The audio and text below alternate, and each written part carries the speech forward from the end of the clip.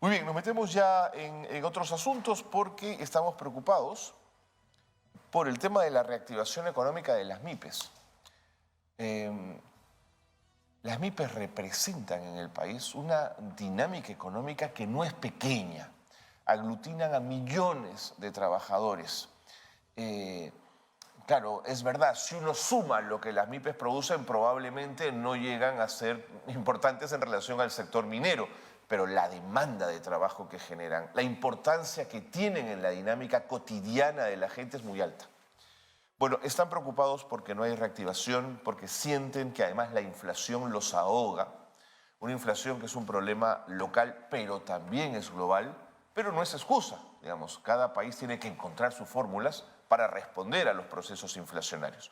Bueno, Daniel Hermosa, director de las MIPES Unidas del Perú, ha tenido la gentileza de estar muy temprano con nosotros aquí en Nativa, justamente para hablar de la posición institucional frente al programa de gobierno de reactivación de las MIPES, que a ellos les está generando una serie de distorsiones. Señor Hermosa, bienvenido. Gracias por estar con nosotros. Muchas gracias, Carlos, por la invitación y efectivamente, ¿no? Estamos sumamente preocupados, no solamente porque las medidas que se están tomando no necesariamente obedecen a la realidad del sector, ¿no? Como tú sabes, tenemos diferentes sectores, servicios, manufactura, comercio minorista, y cuando aplican la receta, la aplican para todos igual.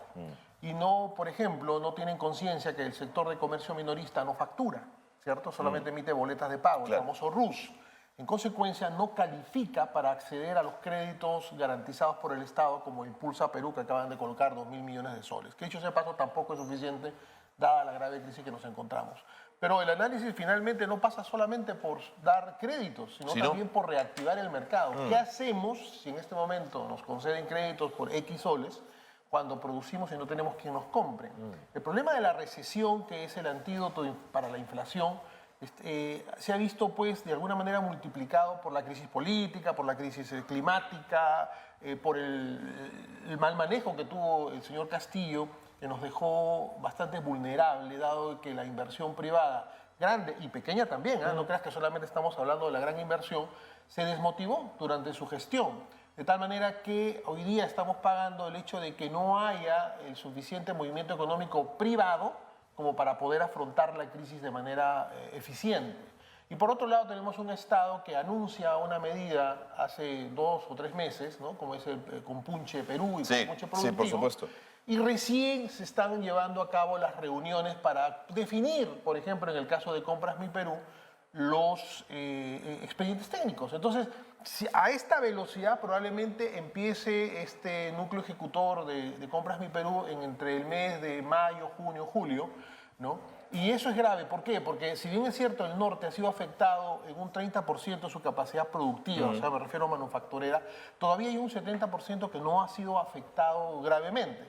Si nosotros le damos el pedido, o sea, en otras palabras, el gobierno les da el pedido para fabricar la ropa para la Policía Nacional a las MIPES del norte, lo más probable es que al momento de estar terminando la manufactura, le esté agarrando el famoso niño agresivo que se viene para fines de año. Y vuelve a impactar. Y va a perder la mercadería como se ha perdido. Entonces, ahí tenemos un problema de lentitud en la toma de decisiones del Estado, ¿no? A nosotros nos parece rarísimo que, estando en una situación excepcional, demos permanentemente medidas, pero están siempre en el marco de la normatividad de tiempos normales. O sea, en otras palabras, todo el proceso de selección y todos los procesos son leyes que tienen muchos años y que han funcionado seguramente en momentos de tranquilidad, de sosiego. Podemos esperar pues un mes más, ¿no? Para comprar los zapatos. Pero en este momento, un mes más significa pues miles de puestos de trabajo perdidos. Seguro. Ahí estamos nosotros también pidiéndole al gobierno que acelere procesos, que el Congreso dé una ley que acorte procesos. Si bien es cierto, cuidando siempre el dinero público y también es cierto, evitando el tema de la corrupción, pero no podemos seguir pues en la dinámica de tiempos normales. Correcto. Estamos en tiempos difíciles. La propia MIPE, además, terceriza o subcontrata buena parte de sus servicios y manufacturas, ¿no es cierto? Lo que entiendo les ha elevado sus costos en un 41%, según datos que pude revisar. ¿Cuánto impacta esto en la estructura de costos de una MIPE? A ver, las últimas encuestas que hemos realizado a raíz de nuestro Congreso Nacional hemos visto que el 60% de las MIPES están reduciendo sus márgenes de ganancia. Ok, reducen márgenes. Reducen márgenes de ganancia de manera agresiva, ¿no? Otros tratan de mantener sus niveles de venta, pero también hay un gran porcentaje, casi 30%, que está buscando mejores precios en los insumos. O sea, hoy día el MIPE se ha convertido en un cazador de precios, ¿cierto? Porque yo tenía un proveedor que me daba X soles, Claro. y ahora estoy buscando proveedores que me den menos de ese precio. Intentando que sea de la misma calidad, por supuesto, lo cual complejiza todo, Pero ¿no? mira, intentando Así que es. sea la misma calidad. Pero nos enfrentamos en un proceso inflacionario que no nos abandona, que si bien es cierto ha bajado algunos puntillos, ¿no? O décimas de puntos, ¿no? Todavía sigue afectando, por ejemplo, a sectores como los restaurantes, que todos los días tienen que comprar insumos para preparar los productos.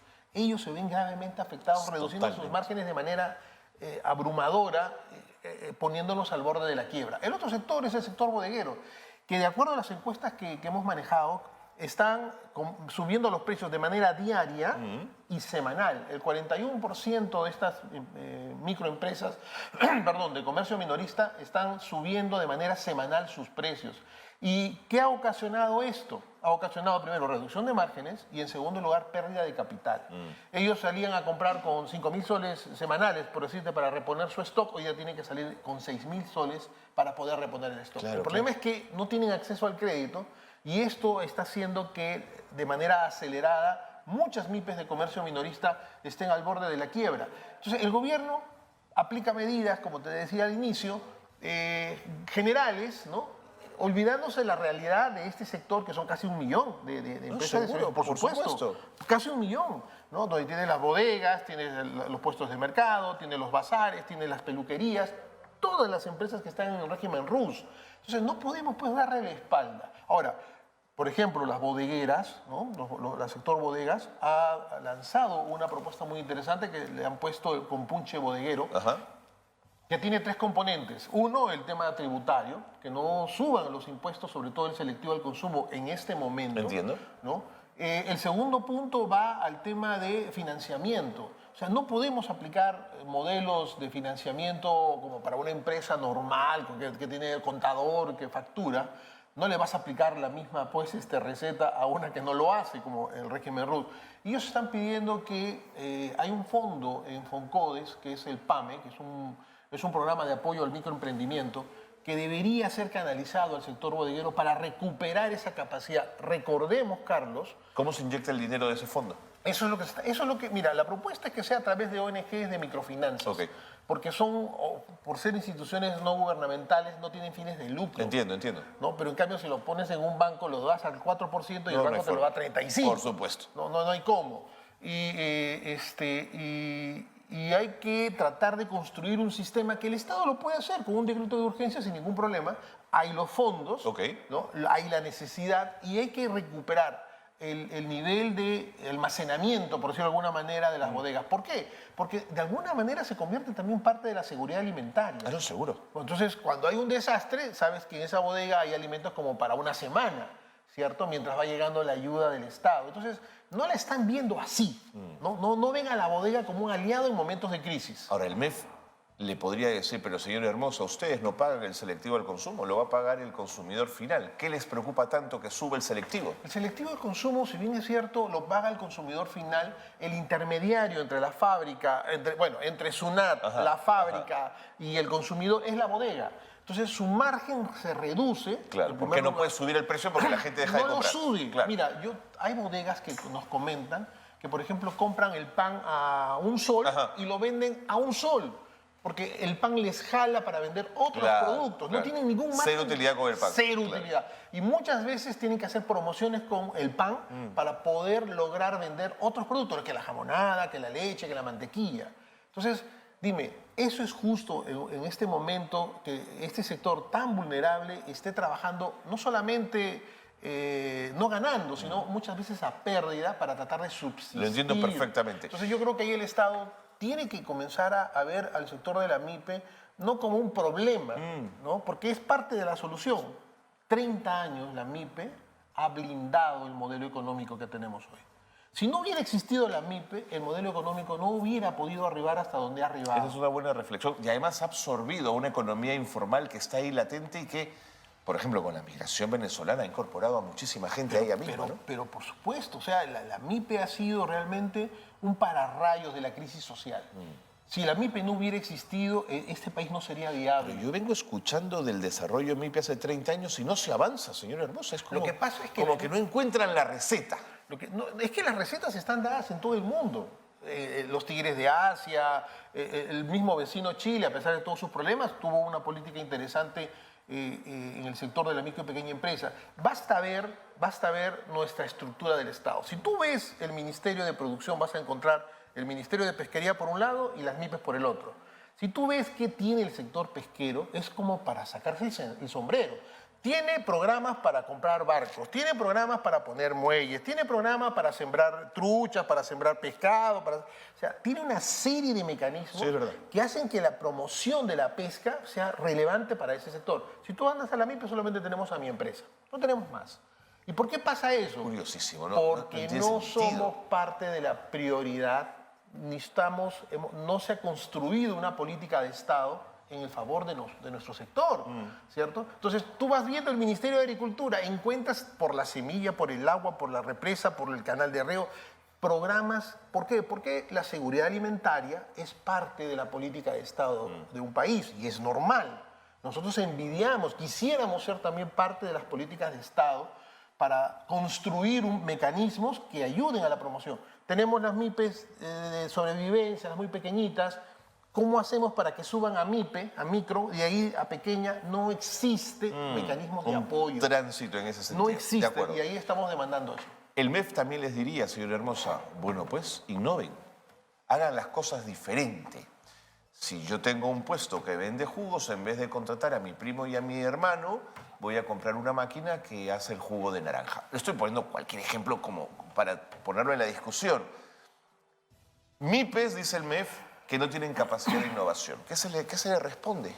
Lo que pasa es que todo proceso de innovación pasa por la demanda del mercado. O sea, yo necesito tener, no sé, en el caso, por ejemplo, de la televisión, más cámaras porque voy a hacer transmisión de 20 personas. Claro. Entonces, la necesidad genera la inversión en innovación. Entiendo. ¿Ya? Entonces, mientras tengamos un mercado tan pequeño, una clase media muy pequeña, dicho sea de paso, ¿ya? Que está ahorita muy golpeada desde la crisis del COVID-19, la clase media ha sido totalmente golpeada. No les han dado un bono, no les han perdonado una deuda, no les han perdonado absolutamente nada.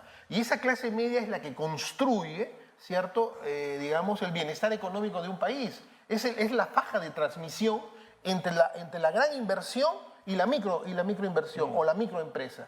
Es la clase media, es la que consume.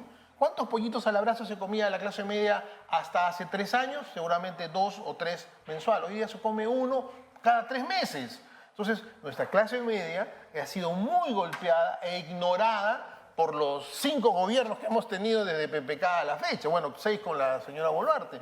Entonces, realmente no se ha aplicado ninguna política de promoción al consumo y es algo que estamos pidiendo también, dicho sea de paso. Es interesante cómo lo plantea, además, porque también en la construcción de la ciudadanía, la clase media robusta da ejemplo en muchos países que es la que sostiene una democracia y un proyecto político. Cuénteme, ¿cuánto ha impactado las protestas sociales en lo inmediato el tema de las MIPES? 4.000 millones de soles se calculó en el mes de enero, febrero de este año del impacto de la crisis política. Ajá. La pérdida de la campaña navideña. Perdieron la campaña navideña. Por supuesto, se perdió. Y la afectación, felizmente, en porcentajes muy bajos de la campaña escolar. Esa situación ha hecho de que las MIPES se incremente la vulnerabilidad. El sector turismo ha quedado pues devastado en un proceso de recuperación muy lenta. Es cierto, cuando hay una tragedia, hay un problema, hay una oportunidad. El sur, por ejemplo, se ha visto en esta campaña de Semana Santa bastante bien. Ya hemos conversado con Tacna, Moquegua, Arequipa, Cusco. Levantaron algún ratio. Han levantado algo que les permite tener un poquitín de oxígeno. Okay. ¿No? Pero igual creo que la afectación de la imagen del Perú es incuantificable a futuro por la inseguridad que se le está dando a los pasajeros del exterior. Así que hay una tarea muy importante del Estado de tratar de reconstruir la confianza, reconstruir el tema de la inversión privada, ¿no? Y sobre todo impulsar. Mira, Ayer escuchaba que decían que no había más dinero para hacer... Bueno, pues mira, los gobiernos locales y regionales no van a tener la capacidad de gastar todo el dinero que se les ha dado este año. Primero porque son nuevos, porque no tienen experiencia, porque la misma gestión pública No, seguro. tiene sus complejidades. Bueno, pues vayamos al Congreso y modifiquemos la ley de presupuestos porque es posible hacerlo y tratar de destinar el dinero, en vez de ese fierro y cemento, destinarlo al ser humano, al peruano que necesita en este momento sobrevivir y comer y también gestionar su economía y comprar. Es que hasta para ir al Congreso con proyectos de ese tipo tendríamos que estar más o menos en tiempos normales. Y son tiempos de mucha polarización para sacar adelante reformas de ese tipo. Sí, pero yo creo que por más que ellos estén en este momento en una lucha política interna... No, en medio estamos todos, por supuesto. Bueno, pero debemos ser sensatos. Hoy día la situación de la gente es muy complicada. Es muy complicada. Hemos pedido que se dé más presupuesto a este programa de empleo temporal que De acuerdo, de acuerdo. Les han dado 300 millones que creo que no alcanza para nada. Deberían tener 6.000 millones de soles y activar programas de empleo temporal en todo el país, de tal manera que se genere dinámica económica. Ya no nos den préstamo, porque los préstamos podemos sacarlo aunque sea con intereses altos. El problema no está ahí, el problema es que no hay quien nos compre. Ese es el problema real. Tiene que haber una reactivación del consumo. Correcto. Y fíjate, Correcto. Carlos, finalmente Para cerrar, terminar la conclusión, se nos viene la crisis de los bancos que están quebrando en el mundo Sí, señor. por el problema recesivo. Sí, señor. Recordemos la crisis que tuvimos en el 2008 con la burbuja inmobiliaria. Esta que viene es peor que la burbuja inmobiliaria, ¿no? Entonces, ¿cómo el Perú se está preparando para enfrentar esa recesión mundial? Clarísimo, señor Hermosa. Ha puesto usted sobre la mesa temas muy importantes. Muchísimas gracias. No, gracias a ti.